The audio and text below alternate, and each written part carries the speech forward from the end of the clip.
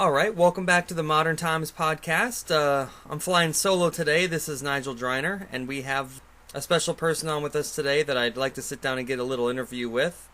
You may know him from pretty much any restored DVD you've bought of a silent film in the past 20 years, and even going back to 16 millimeter in the days of Black Hawk films. Leading preservationist, historian, professor, archivist, Mr. David Sheperd. Where's the fanfare? We'll edit that in. We'll edit that in Okay. later. But I just wanted to get a little bit on your background, how you became interested in silent films and collecting them over the years. And you can start anywhere that you like. Well, that started when I was very young. When I was a young boy, about 6 years old, at the end of World War II.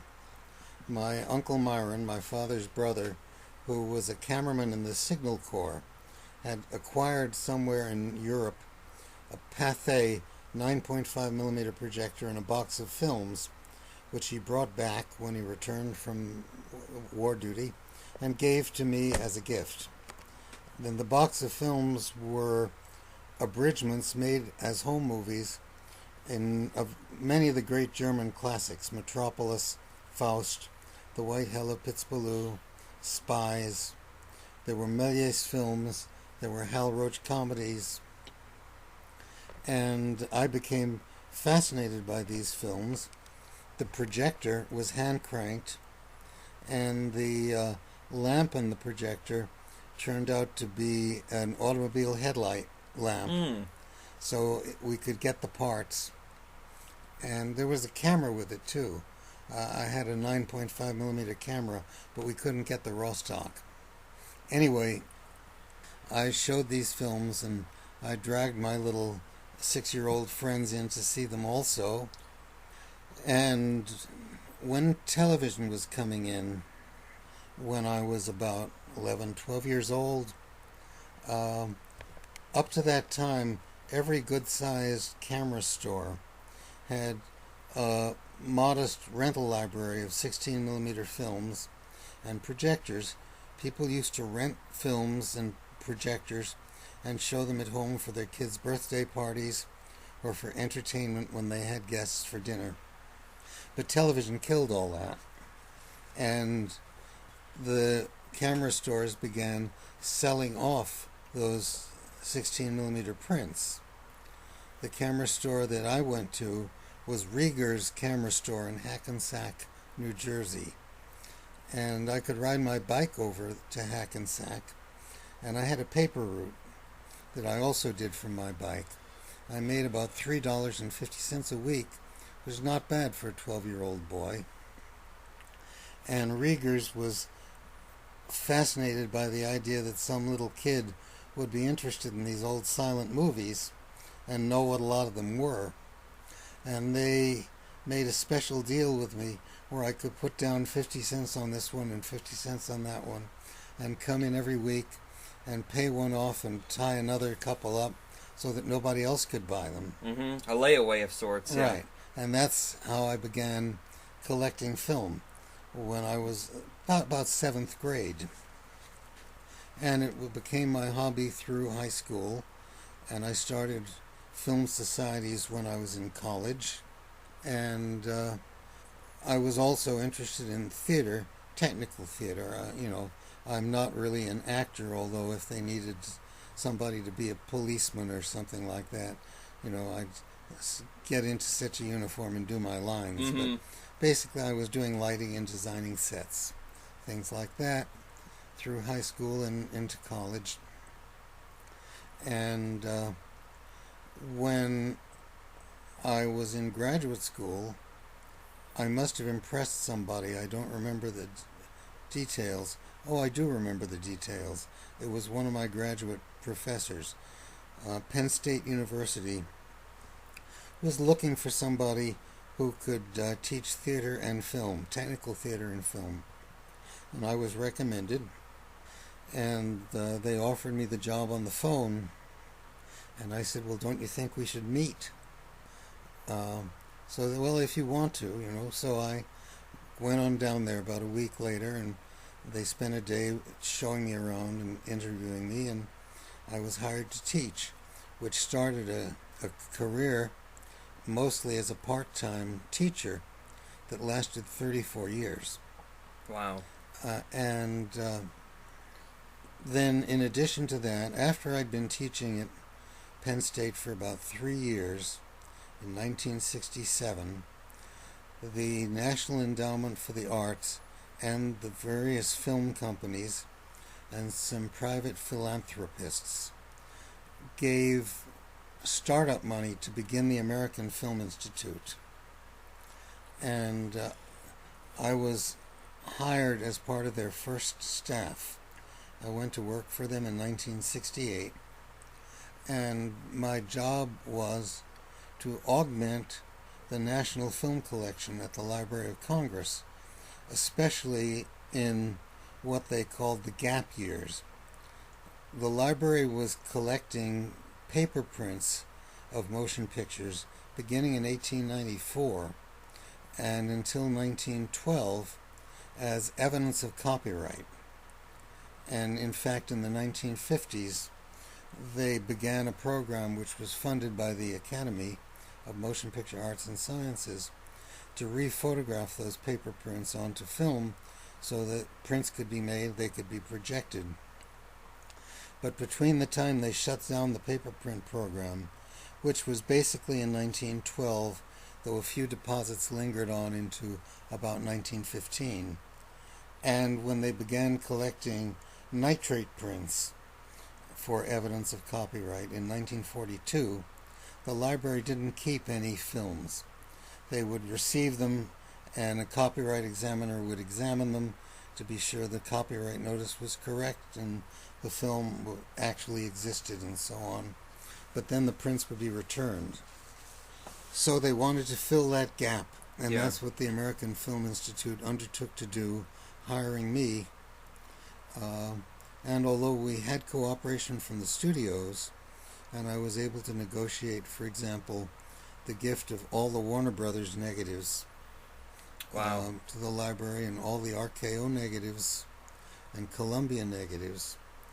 Most of the silent films that we were able to get, with a few exceptions, Paramount still had a couple of hundred silent films in its vaults, and they gave those to the library, and I negotiated that deal. But most of them came from or from film collectors. And since I was, by that point, pretty well familiar with the collecting community, having been doing this stuff since the age of 12, I was the one who would go around to collectors and negotiate deals and get their films either as gifts or purchase or to copy for the Library of Congress. And then we would get all these films in, right? And we had to figure out a way to preserve them, because they were nitrate film and flammable and subject to chemical decay and deterioration and all those things you know about nitrate film. Which led to the destruction of, 80% of all silent films are lost? A little more than 80%. Mm-hmm. And of course it varies a lot by period. The loss is greater in the earlier years, but still, the total number of silent features preserved in American archives in 1968 was the equivalent of about 1 year's production in the 1920s, which meant that if you figured that the feature film really started in 1914 and lasted 15 years, it meant that they essentially had, 1 year's worth of this 15 years of production, although, of course, the famous and important films, the Chaplin films, the Keaton films, the Harold Lloyd, the Pickfords, the big spectacle films, those did exist. Because they'd been copied so many times. There were so They'd many been prints copied, of or them. they had been treasured. Yeah. I mean, Harold Lloyd owned his own films. He took care of them. The Keaton films were resurrected beginning about 1960 by a man named Raymond Rohauer, who was a very peculiar man, but he did a very fine job at gathering up those films and Douglas Fairbanks films and some Norma Talmadge films and others. When you first got into this, because I mean, in the advent of the television era, everybody's jumping onto the new medium of television. What drew you to collect the old films, the old 16mm films that everybody at that time thought were trash at that point? I mean, television's out. Well, this little boy who's into collecting 16mm, that had to be odd at the time. My parents were movie buffs. Mm-hmm. And in fact, I think my mother knew more about film than I know or will ever know. Wow. And my father loved film. They used to take me to the Museum of Modern Art and art theaters and commercial theaters to see all the best movies as they came out. I have good memories going back to the 1940s of seeing important films on their first run. Ooh, such as? Oh, well, say Singin' in the Rain or The African Queen. I think I saw each of those 3 or 4 times. Wow. My uncle was in the movies. He was an actor by the name of Everett Sloane. He plays Bernstein in Citizen Kane. And so this is in your blood then. You couldn't escape... Oh, my aunt worked for Warner Brothers at the time that sound came in. She was doing publicity for Warner Brothers. And she kept a lot of stuff. And she had a lot of great stories. Film was something that was part of our family. I'm also some sort of a shirt-tail relative of Jesse Lasky, who was one of the founders of Paramount. Okay. But my parents never really thought much of television. They kind of saw it as mind rot. And I grew up without television. Mm-hmm. Never became interested in television. Don't have television to this day. You're not missing much. Will die without knowing about television. Yeah. But I love movies. So that's all right. You know, I'm abnormal in a number of ways, and that's one of them. Anyway, I did this job for the American Film Institute for about 5 years, and was very successful. I think I brought into the Library of Congress something close to 8,000 films. Wow. Well, in the course of that, of course, I knew about Black Hawk Films. I began getting the Black Hawk Bulletin when I was probably about 12. I somehow left out of this story that I wanted to get a 16mm projector, and for my 12th birthday I asked everybody for money and bought a second-hand Bell & Howell projector. And then I began getting the Black Hawk catalog. They were selling both new and used films at that time. And one of the highlights of my life was in the Black Hawk Bulletin, which was a tabloid-type newspaper publication. Came every month. I would go sit in the blue chair in the corner of my room and basically memorize it. And if, whatever money I had, of course I could still be spending most of it at Rieger's. But I would also order some things from Black Hawk. And when I was working at the American Film Institute, I assumed that Black Hawk had a lot of original films that they had used to make the copies they sold in reproduction. So I wrote to them and asked, and they said yes, they did, and would they cooperate with the Library of Congress? Yes, they would.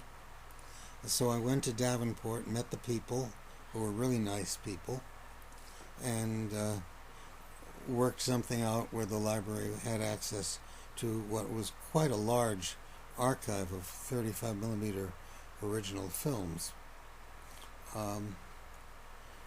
So after about 3 years or more, I guess, of this, Kent Easton called and asked if I would be interested in working for Black Hawk, joining the organization. And I said that I would be, but I had just contracted for a year with the American Film Institute and wasn't free to look anywhere else for a job for the next year, which I figured ended it. But he put it in his follow-up file and called just before the year was up and said, well, had I thought about it, would I still like to come with them? Well, I was embarrassed, actually, at having not thought about it at all, but I figured he had to have an answer. Yeah. So I said yes. All right. And I went there in 1973, and it was wonderful. I was, talk about the biggest electric train any kid ever had to play with. That catalog you memorized was now at your fingertips. Right. Yeah. So I learned a lot, which ironically, I've done a lot of other things since, but I'm still trading on all that knowledge because I ended up being able to buy the Black Hawk Film Library in 1989. And that's been the basis of the video editions that I've been doing now 25 years. Jumping into the Chaplin angle of all this, what are some of your memories of putting those films out? I know the Mutuals are among your favorites. Well, I've always loved them. I had Kodascope prints of the Mutuals from Rieger's that I still have. And when I want to look at one, they're usually what I run. Wow. And you like to watch them without sound, right? Because you're able to get inside Charlie's head. And I can supply my own sound. Yeah. After I graduated from college, I went to film school in France. And I read in the paper one day, this was in the south of France, that Charlie Chaplin was vacationing in essentially the next town, staying with these friends. What year was this again? This would have been about 1963. Okay. So I wrote him a letter. I thought, well, how could it be that Charlie Chaplin and I were on Earth at the same time for 24 years and I never even tried to meet him? So I wrote a letter back, or got a letter back, saying that if I would be available, that Mr. Chaplin would meet me for breakfast on such and such a day at the Hotel Carlton restaurant in Nice. Wow. I thought I would be available. And I did go and meet him. Wow, I didn't even know that. Yeah. And we had a breakfast that lasted about 3 hours. And, I had met one of my heroes. Well, when I was at the American Film Institute, before Black Hawk, I had gotten to know more of my heroes. I got to know Fritz Lang and King Vidor and Alfred Hitchcock. And I've always thought of films in terms of the directors. I had very little interest in the actors. Mm-hmm. And working for the Guild gave me the opportunity to meet them and try and service them and befriend them, and that of course led to my next work after Black Hawk. I went to work for the Directors Guild. Mm-hmm. And served all those people with great pleasure for the next dozen or so years. So I have to ask, the 3 hours you spent with Charlie, what did you talk about? Well, the interesting thing about that was that he did not want to talk about his movies or any other movies. At that time, he'd been living in Europe for 10 or 12 years and was kind of out of touch with anything going on, and I was an American student. So he had a chance to ask me all kinds of questions about what America was like, and he was happy to talk about... I was a philosophy major. He could carry on a brilliant conversation on any subject for about 15 minutes, till he used up what he knew about it, except movies, which he didn't want to talk about, but he could have talked about them for 50 years. Yeah. So he was interested in talking about Rousseau and Descartes and various French philosophers. And at that time, I was kind of up on that stuff. And I remember thinking that what he was saying really disclosed that he had only an extremely superficial knowledge.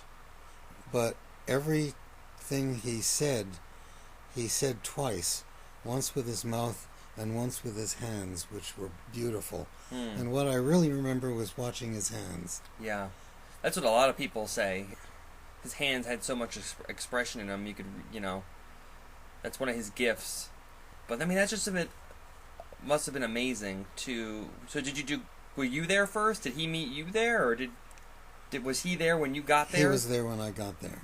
So what was that like, walking in and there's Charlie Chaplin sitting there? Well, he was wearing a natural-colored linen suit and a hat and sunglasses, and he had a paisley scarf around his neck. So, he wouldn't be recognized by anybody just walking by on the street. Wow. But he was very nice and very warm. After all, he knew what it was like to talk to a kid. He'd made quite a few of them himself. Yeah, and, exactly. Wow, that's a very interesting story. There's not a lot of people that can tell a story like that.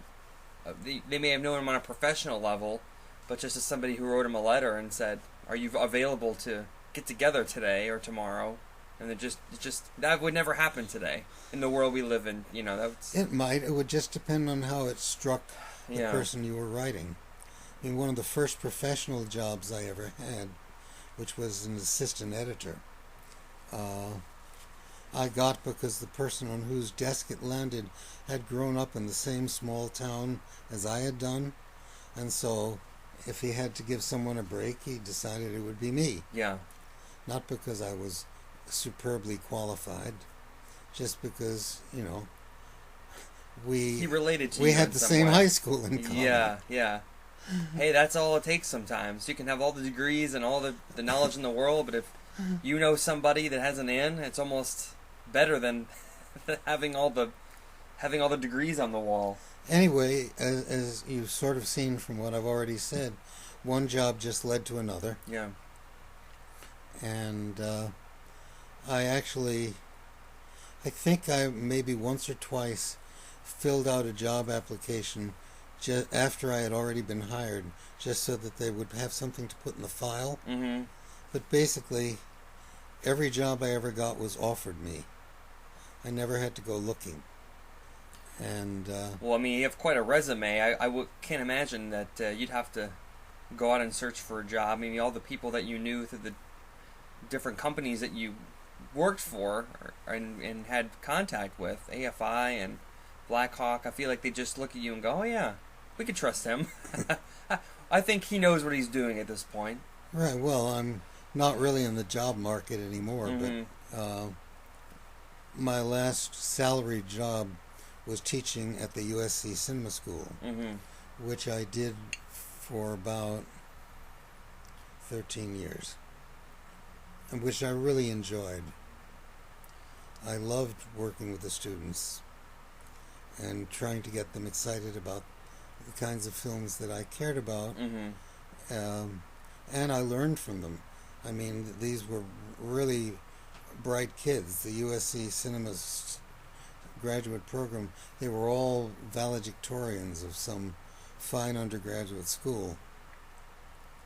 And whatever I had to teach them, they had at least that much to teach me. Mm-hmm. So it was rewarding. What was the first time you took on the endeavor of restoring the Chaplin films for release? In 1973, we had them at Blackhawk mostly in copies of Kotoscope prints. And there was a company called Commonwealth Pictures. They actually operated under several names. Commonwealth, Guaranteed, a couple others, Festival Films, I think they called themselves. But they owned the 35mm materials on the mutuals. Films had passed through many hands, but they were purchased in 1932 and 3, in two lots, by RKO, which added those soundtracks. Oh, the Van Buren. The Van Buren tracks. Which I don't mind. They're fun. They're fun soundtracks. They're a little cartoonish. Well, they were done by the cartoon unit, of Yeah. course, which is what Van Buren was. and they were very good musicians. They overdid the sound effects. And, of course, the films all run at 24, which really completely buries a lot of Chaplin's subtler work. Yeah. I was bird-dogging those films for years. I tried to get them for the American Film Institute. They wouldn't sell them. They wouldn't give them. And finally, contacting these people every few months for probably 5 years, it got to the point where they would sell them. Mm-hmm. And we bought them for Black Hawk. At the same time, we bought the whole library. So we got about 80 Albiworks cartoons and about 400 Terry tunes and a lot of B and C grade pictures and a couple actually good pictures that slipped into the package by accident. Interesting. But basically, the Chaplin films paid for the whole library. Were those the most popular ones to rent? Well, Black Hawk was out of the rental business by about 1958. Okay. We were only in sales. Gotcha. But they had the Hal Roach library from 1952. And those Laurel and Hardys were absolute perpetual sales items. And they concentrated on silent comedies, or comedies of all kinds. Mr. Easton used to say that comedies were the common denominator. Whatever kind of film anybody was really interested in, they were also interested in comedies. So he emphasized the comedy line, and he knew the value of those mutual comedies because they'd already been selling them for years. And this year is the 100th anniversary of the mutual films. Yes, it is. This year and next year both. Yeah. Because some were made in 1917. So when you started, I'm not sure where you were at when you put out the Laserdisc editions of the Chaplin feature films. Oh, that was a job for hire. Okay. For 20th Century Fox. But I have to say, those are still my favorite versions because they're the ones you really can't see anymore because of the family wishing to have the daddy edits or the daddy versions, which feature a lot of edits and things. The last time the original versions were available were the sets that you put out, which I cherish to this day. I have them all on DVD, and I'll never be buried with them because, I still buy the new ones when they come out, but there's something to the versions that you put together. There's a good question. We've all heard of laser rot. Now, will laser rot faster than you will rot? Well, DVDs are supposedly supposed to last 100 years, is what they say, but I've heard otherwise. Although I do have some CDs from the early 80s that still play just fine, so I think it all just depends on how they were manufactured. Anyway, I had gotten to know the Chaplin family, and they asked for me for that project, and they gave me access to the vaults. I have a picture of myself somewhere in the Chaplin vault at Rank Laboratories in England, which is where the films were all stored at that time. It was heaven, Yeah. There was City Lights, and there was The Kid, and wow. There was The Idle Class, and there was The Great Dictator. And yes, because Laserdiscs were never a mass market item because they were expensive.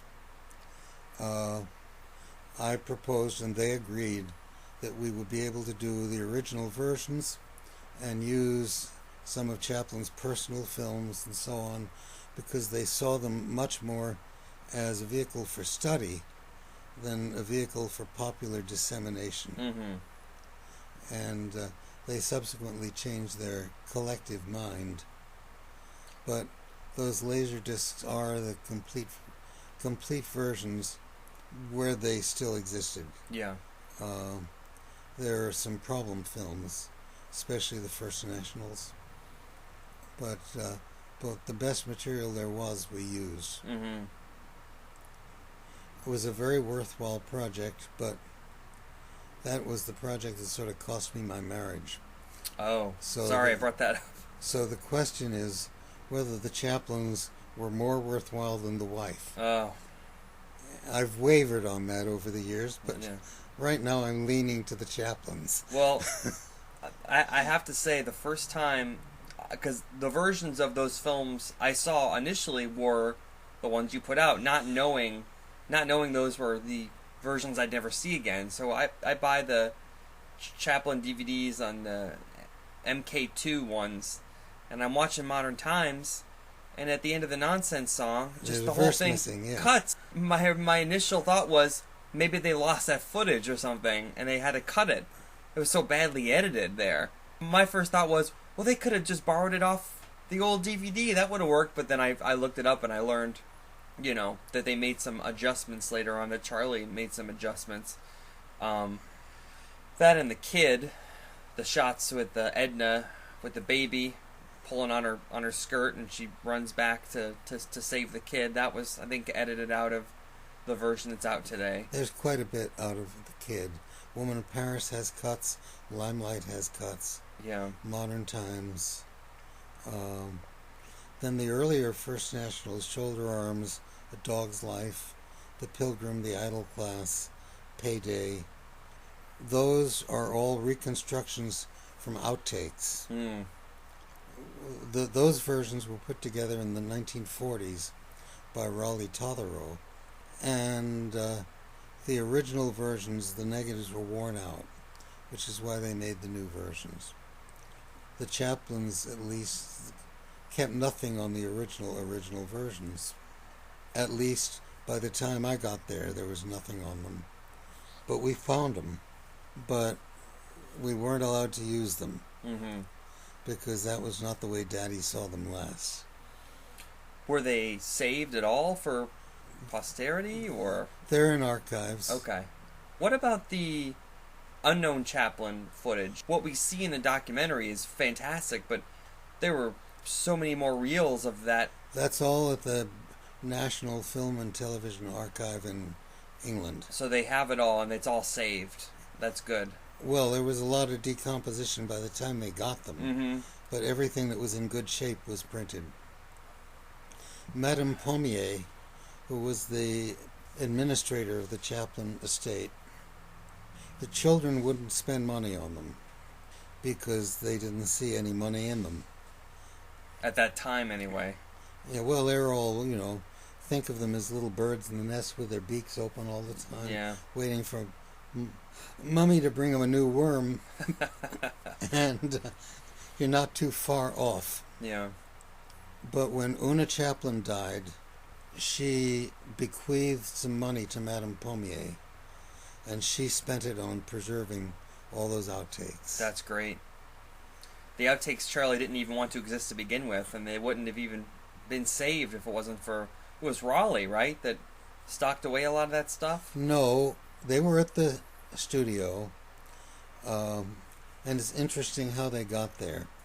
They were, of course, with the Mutual Company, because Charlie did all that work for hire. He never owned those films.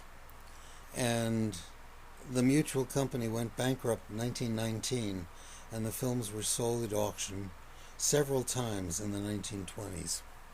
And always the outtakes went with them. And there were 2 negatives of each finished film as well. Well, then, somewhere in the mid-1920s, one of the proprietors of the Mutuals got the idea that they could go into those outtakes and hire a clever title writer and construct all new films. So the old S&A ploy. Right. Triple Trouble Part 2. Which they did do.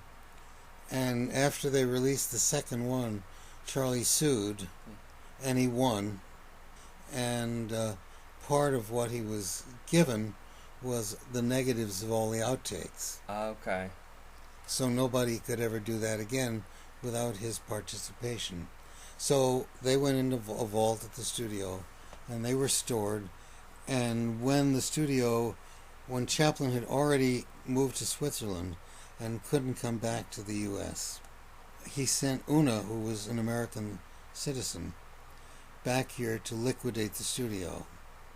And she shipped all the original negatives and fine grains to England, but left behind all the outtakes and the studio prints and all the stuff that was not absolutely essential, including the mutual outtakes, and called a film salvage company to come and get them and melt them down for the silver. Unbelievable. To think of that now.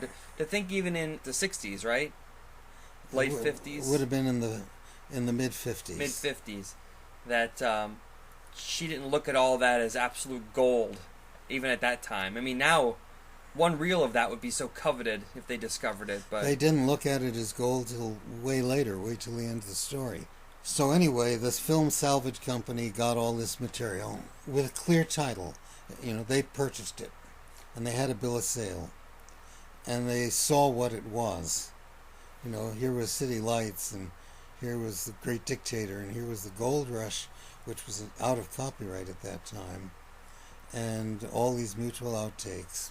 And instead of destroying it, they sold it by the pound to Raymond Rohauer, who therefore had it with a legitimate chain of title. And he began, based on this, just to distribute the features through a man named Robert Fisher. And at that point, the Chaplin sued. Mm-hmm. And since Rohauer didn't have any money, the settlement was that he would cease distributing and deliver up to them everything he had of all of the copyright Chaplin properties, which he did do. And it was a large truck, I've seen a picture of it, full of film. A big 16-foot long, you know, body stake truck, piled to the top of films. And Madame Pommier's predecessor in that job, she didn't even look to see what it was. She just had it all destroyed, right on the spot. She went and witnessed the destruction. Rochelle Ford was her name.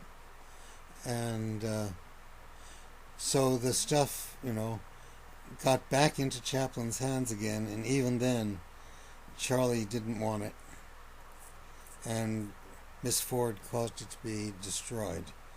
But that did not apply to the mutual outtakes because Chaplin never owned them. Mm-hmm. So Rohauer didn't have to turn those over. Wow.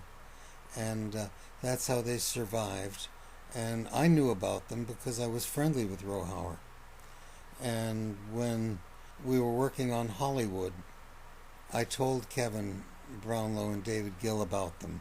And I said, you know, there's enough material there to do a fabulous thing on episode on Chaplin, and all you'd have to do is deal with Rohauer. Well, Kevin and Rohauer hated each other, but David Gill was okay with him. He could get along with him. And David Gill was the one who negotiated that deal, and Rohauer delivered. That was a whole truckload by itself. I have a picture of that. Rohauer delivered this whole truckload, which he had in some cave in France, over to England, so that they could go through it all and figure out how to approach them. And I think that that first episode of Unknown Chaplin on the Mutuals is probably the most brilliant piece of film archaeology that I've ever seen. Yeah, it's an amazing 3-part show, right? Yes. Only the first part is the Mutuals. Yeah. I mean, you can watch that and it never gets old. And you always see something new. And the fact that, with the history behind it, it's just an incredible piece. Something else you brought up, the Hollywood series. That would be nice to get on DVD or something at some point. But I know there's all sorts of legal... No, that'll never happen. Entanglements because of that. And but the same thing with Cinema Europe. Which I did not work on at all, but which is a very fine series, like Hollywood, on European silent cinema. But in both of those cases, they were done for Thames Television, and they licensed the clips for only a period of, I think, 7 years. Well, during those 7 years, the studios realized that there was serious money in the clip business. And at the end of the 7 years, it didn't make any sense to buy them at the then prevailing rates. Yeah. Which, when we did the series originally, I think we paid about $100 a minute for those clips. And I'm told that when they went back at the end of the license term to try and get them again, the price was $5,000 a minute. Wow. And now I think it's $10,000 wow. a minute. So that's a shame, because that's such, for anybody that needs to be introduced to silent films and kind of get an overall sense, they may not necessarily be familiar with it. That's the most brilliant program to show them, because it gives you an overview of everything. It was a very good program, but of course what's really priceless about it is all the people that we interviewed. That too. Who most of them were very old, and yeah, many of them were dead by the time the series actually got on the air. Wow. That's a whole nother show in and of itself, probably, half those stories. All that material was preserved and given to the British National Film Archive, but it's still owned by Thames, which no longer exists. So it's now owned by a company called DLT, D.L. Tafner, who are very difficult to deal with. And they want huge amounts of money for the use of any of those clips.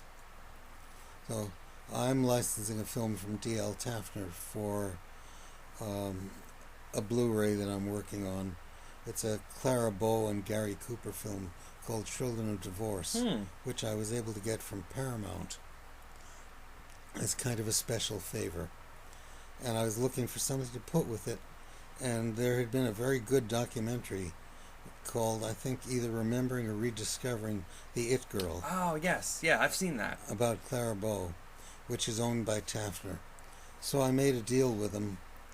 They take a month to return a phone call. They, 3 more months to send a contract. I don't see how a company can do business that way. But they do, and they're still in business, so I guess they know more than I do. So, going into your restoration work and your releases, I mean, even going back to 16mm when you were working with Black Hawk, DVD, Blu-ray, VHS, what were some of your most favorite projects to work on over all those years? Well, the answer really is whatever I'm doing currently. Yeah. But the things I have the greatest affection for, Nanook of the North, which was the first big project I ever did as a reconstruction, which involved pulling together 4 or 5 different elements and putting them together almost frame by frame. Did you see it at the San Francisco Silent Film Festival this year? Yeah, I saw parts of it. I was was running the store back and forth, but I saw what I could. Well, that was that version. Only they didn't show my credit at the end of the film. How convenient. Right before your credit, the curtain closes on the... Anyway, that project, another one I really loved and was proud of, was Storm Over Asia. The Pudovkin film. Do you know the film? I have not seen that film. We could run it if you want to. There's a print of it downstairs. 2 prints of it. It's a masterpiece. It was made on location in Mongolia in 1928. It was released in this country in a 7-reel version, but the original film is 10. And being completely stunned by the quality of the 7-reel version, naturally I wanted to see the film as he had made it. And I was able to get that material.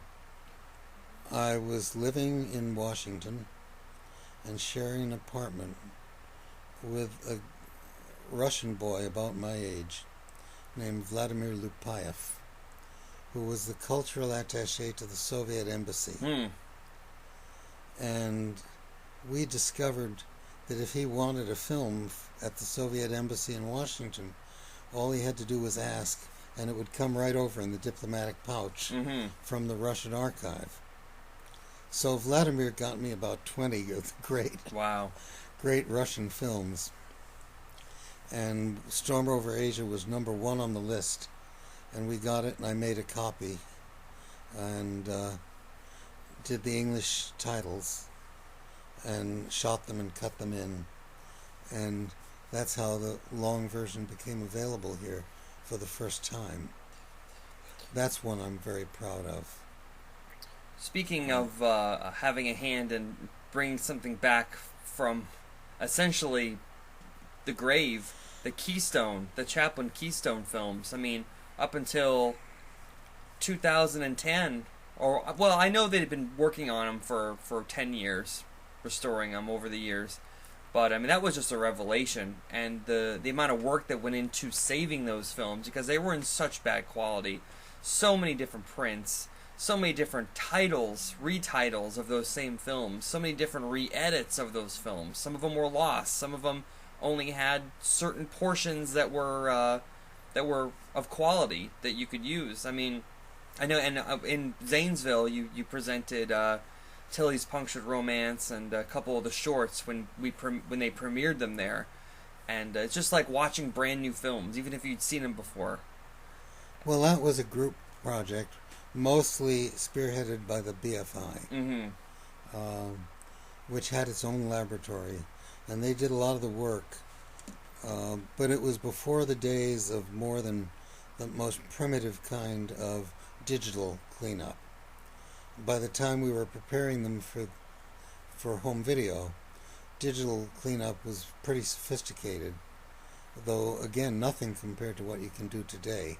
But we, got these materials from mostly the BFI, and the Cineteca Bologna was the other principal partner in the project.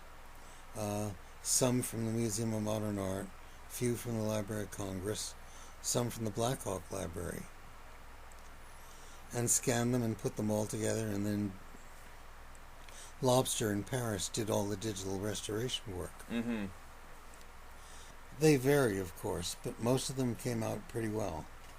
I'd say so. I mean, I'll never forget watching Mabel's Strange Predicament restored for the first time, and the quality is so good, you can see the makeup on. Charlie added all this extra makeup to his he had the frown lines, and he had all this that you'd really never ever see again. And in the versions that were available, I think I had one with French subtitles. I mean, it's not hard to figure out in the movie what's going on, even with subtitles in a different language, but the fact those exist, even in that quality, is just astounding. That particular one came from the Killiam collection. He had a 35mm nitrate amber print. And I had made a deal with the Killiam people in 1994 that gave me full access to the collection. Okay. Which of those films was the most difficult to piece together? Well, we had one failure, which was his regeneration. No, not his regeneration. What is it? Recreation. Recreation, yeah. Which we never did get right. Yeah. After it was finished, and it was done, all but a small little slice of it was done from 16mm, and Doopy 16mm at that. And then we got, just after the set was published, we found 35, not on all of it, but on a substantially larger piece of it. Which is on the Max Sennett collection that they put out. I don't remember. That and a Thief Catcher are on the Max Sennett set. Well, Thief Catcher was Paul Garecki's find. Yeah. But I did give him about 24 films that are on that set. So, to wrap things up, just give us a little taste of the projects you're working on right now. The big one is Cecil B. DeMille's King of Kings. It's circulated in the 112-minute version from 1928. The original Roadshow version was 155 minutes and included 2 Technicolor sequences, and of course it was tinted and toned, and 3 reels of hand coloring, all of which we're putting back together. Wow. And the original music score that was done for the film by Dr. Hugo Riesenfeld. The written score and all the orchestra parts were in the library at the Brigham Young University Library in Provo, Utah, which they kindly made available. And we're re-recording that score starting in September with full symphony orchestra in the Czech Republic. Robert Israel will be doing it. Oh, wow. You can't go wrong with his scores. So, well, this isn't his score. This is Riesenfeld's score. Yeah, but his orchestrations, very faithful. And it's Riesenfeld's orchestrations. Yeah. But they're going to record it. Yeah. And it should be wonderful. So that's a big project. I just finished, it just came out last week, a Soviet film from 1930 called The Ghost That Never Returns by a man named Abram Room, who directed a well-known Soviet film from the mid-1920s called Bed and Sofa. But other than that, Room has been pretty much a blank slate over here. So here's one of his excellent other films that can be seen. I'm working on a set, as you know, of early women filmmakers. We're working on a big French film of the late 1920s that I think is every bit the equal of Gance's Napoleon. It's called L'Argent, which means money, directed by Marcel Lebrier. It's another big 3-hour monster film. Is there any project that you've never been able to do that you'd love to do if the stars aligned? Well, there certainly are films that are owned by major studios, but I don't really even... I might be able to get another film out of Paramount. But the Paramount library, the silent films that are accessible have been so extensively pirated that essentially the market's been taken. It's like, that's something I always wondered about. Why Universal Pictures doesn't release Phantom of the Opera and The Hunchback. It's because there's so many DVD versions and it's so available. You need to. They're not. It's almost like they're not interested. And I feel like they think the Universal monsters start at Dracula 1931, and it's like they completely forget about Lon Chaney for the most part. And he was. Well, Universal is now restoring about 15 silent films. So that at least if somebody asks for one, they can say they have some, Gotcha. Which before they couldn't. Yeah. And The Last Warning that you saw in San Francisco is one of those. Most of it, as you may have seen, is blown up from 16 millimeter. They took very poor care of their films. In fact, they deliberately discarded any silent film that did not already have a soundtrack. Wow. In the late 1940s, 49 or 50, somewhere around there, threw them all away. Wow. Neither Phantom nor Hunchback are among the ones that they're presently restoring. Well, there's already been pretty good restorations done by yourself.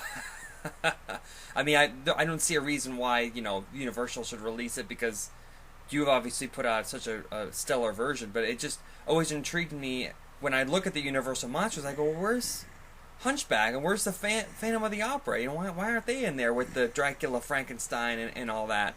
And they have when they do show the Phantom, it's always the 1940s, the Technicolor version. So that's something. Even when I was a kid, I was confused by. But well, don't you really suppose that if you picked out 100 people who like movies but aren't immersed in them, say, as much as you, and said, would you like to see the Phantom in Technicolor, or would you like to see the Phantom black and white and silent? Which do you think they would choose? Yeah, well, Chaney, to me, is the supreme Phantom of the Opera. I think you can't... Chaney is wonderful in that film. It's great. That film has two things going for it. His performance, which is amazing, and the sets, which are amazing. Yeah. And the rest of it is pretty punk. Yeah. Well, they had like two directors. Oh, they had three directors. Yeah, 3 or 4 directors, and a really dreadful leading man who never even thought he was an actor, and a leading lady who thought she was an actress but was misguided in that Yeah. apprehension. Well, Very nice lady. I can't thank you enough times for this interview. You know, we got this little setup here where we're both in San Francisco area, so I definitely want to sit down and talk with David and get some of his perspective on his career and some of his projects. And if you want to support David Shepard's film restorations available on home video, definitely go to Flickr Alley and pick up some of the releases. If you see his name on a DVD release, you know it's a quality item. I know there's a lot of bad, especially from the silent era, a lot of bad quality stuff floating around out there. At least you'll know we tried our best. Yeah. In fact, I'm not sure if you had any. It was part of it. It was a Flickr Alley release, the Trip to the Moon release that came out 5 years ago or so. The hand-colored one. Yes. That is amazing. That was a project that was mostly done at Lobster and at Technicolor. Mm-hmm. There were grant funds available, and that one 16mm film, 16-minute film, cost almost $500,000. Wow. To restore. But it was a trip to the moon. Yeah. Absolutely unique. The first science fiction film, essentially. But it's good. It was done. Yeah. It was done, you know. Yeah. And you wouldn't have Star Wars without a trip to the moon. You wouldn't have half the science fiction films you have. I mean, that moon face with the rocket in it is synonymous with pioneering days of film. When that came out, somebody I have never met or spoken to, but who is a huge Méliès fan and a sculptor, he sculpted that rocket in the eye on the moon and sent it to me as a gift. Really? I have it in my living room. Oh, wow. As far as film before 1915 or so, I feel like that's the most iconic image. That and then the tramp walking off into the sunset. And right, and the guy firing right at the camera at the end of the Train Robbery. Great Train Robbery. And a very weird one called Electrocuting an Elephant. By Thomas Edison. Yeah, have you seen that? Yeah, that's actually on YouTube. But thank you again, David, for sitting down with me and having this little interview. Is there anything else you want to say before we wrap it up? I'm tired of talking. I understand. We went for a little over an hour. So thanks for listening to this episode, and we will see you next time.